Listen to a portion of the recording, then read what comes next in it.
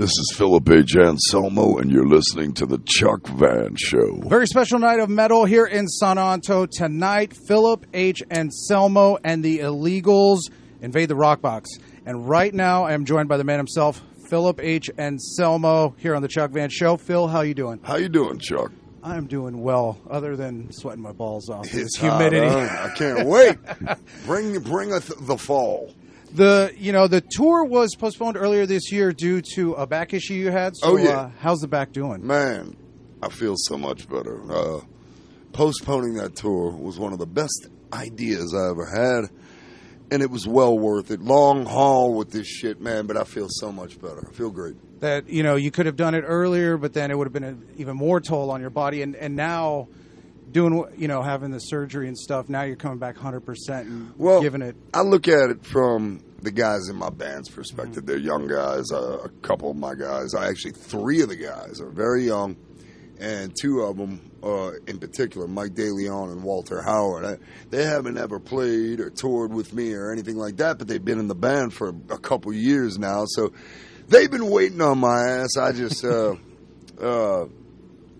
want it to be good for them. Mm-hmm. So I'm doing it for them.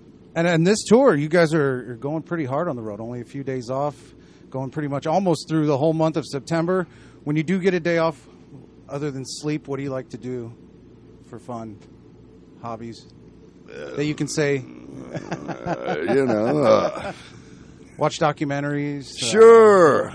I'll just agree to that. No, I like all that stuff, man. I do. And, you've done many tours here in San Antonio with, Pantera. Different bands. All the different bands. All them bands. What's your favorite memory of San Antonio? Interestingly enough, the first thing that pops into mind is touring with Pantera and Typo Negative, playing outdoors. I can't remember the name of the Sunken Garden Theater? Venue. Maybe so, yeah. The trees that you can see creeping over the back of the fence. Yes. So I remember that, and I remember those nights. And if somebody correct me if I'm wrong, but I know that living in the South and living in both New Orleans and different spots in Texas, it's brutally hot, like you were saying earlier. Yeah. I'm picturing in my memory a pretty cool night. So it might have been in the fall or something like that, or right at the beginning of the fall when we did that tour. Great audience, great times, and Pete Steele, fucking amazing. And you're touring behind the album, Choosing Mental Illness as a Virtue. It is your second show of the tour. How does it feel getting out on the road and playing these songs off the album? Feels great, man. It's pretty surprising. It actually is. Like last night in New Orleans, I told the rest of my guys that was probably my favorite New Orleans show out of all of them that I've done in like 5 years, I guess. It was just small, intimate, and sweaty, and everybody that was there was super involved. So I wasn't sure what kind of nerve or pulse I'd be putting my finger on with this band, but we're having fun. We're messing around within ourselves, within the group, but it seems to bleed over to the audience. We'll see tonight. And with this album, did you approach it different than what you did from the first album, writing and recording wise? A lot different. Let a lot of shit sit raw as fuck. Necro production was in order, and I know a lot of people are bitching and moaning about that. Oh, it doesn't sound like a Pantera record. It was like, shit. Oh, I didn't want it to, really. It wasn't supposed to. So, aside from that, man, every album, every journey, every band that I've done has its own path, has its own characters and whatnot. This group of guys are great guys. Everybody has got their heads screwed on right, and it feels good to be aware. It feels good to be awake and alive to experience it, man. It's the truth. And when you talk about mental illness, I got to say, this is Suicide Prevention Month, I do believe. And I have no qualms in saying that shit. 10 months ago, if the question came up, you know, would I care if I woke up tomorrow? I would feel very justified in saying I don't care at all. But now I very much give a fuck. Yeah. Pardon my language, but I do give a fuck. And I think people just need to talk a little more. People are more alike. Mm-hmm.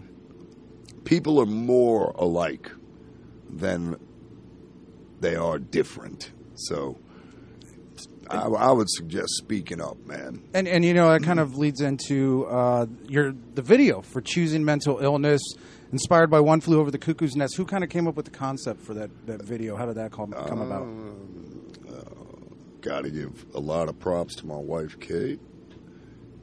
And, yeah, man, it was really her vision. I thought it was apt. Mm-hmm. And, yeah, we just went for it right then and there. Tried to do a couple scenes shot for shot, but, you know, it's like a full movie versus a 3-minute song, you know, so you can only do your best. So. And after this tour wraps, you heading back in the studio? No, man. Well, I mean, this thing, it ain't going to wrap till it wraps. So we're booked. It's looking like we're booked all the way through next year. Huh. Going to different continents. And, yeah, man, we're going to take this thing on the road, see what happens. And then after that, I've got a whole nother record, whole nother band, whole different flavor and style already finished. So I'm not sure how anybody's going to feel about that. It ain't heavy metal. I've spoke a little bit about it here and there, but I got that in the works. I got other bands that people know real well. I've been talking to members of those bands, and goddamn, I can't give you anything firm on this, man. But there's many. What is it called? Irons in the fire or something like that. Yeah. There you go. And one thing that I thought was very interesting that I read is you're very big into boxing. Huge. What got you into boxing? I was a little kid, me and my stepfather, me and my father. And then later on, just growing up with the right people around me there to turn me on to the great sport of, I follow it. And prediction for the Canelo Triple G fight? It's coming up very soon. Same fight. Same exact fight, unless Triple G lands something worth a fuck. Canelo's very slick, real slick. I just don't think he's really big enough to beat Triple G. His reach ain't going to allow it. All Triple G really has to do is stick the jab out, counter anytime Canelo moves, and keep pressing the fight. It's going to go the distance. I mean, that's just I don't see any different fight in that fight. Okay, and you started your own record label, Housecore Records. Well, 2007. What actually made you want to start your own label? I've been wanting to do it,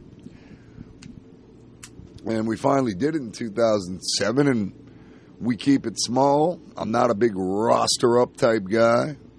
We got a handful of bands, and I'm happy with that, you know. Other than that, you know, I mean, it's a labor of love. Having a record label these days is fucking crazy. I can only imagine. It doesn't even make sense. But I do it because I love it, and I love the people that I work with. I love this wicked business, damn it, I do. And I am a lifer. Did you think when you first got into music, starting a band, that you'd still be doing it all these years later? I had no idea, man. I'm making it up as I go, brother. Shit.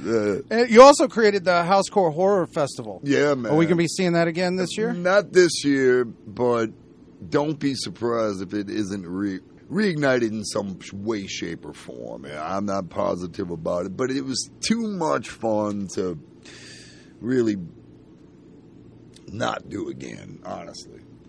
Well, Phil, I have to say it's been an absolute honor getting to sit down with you.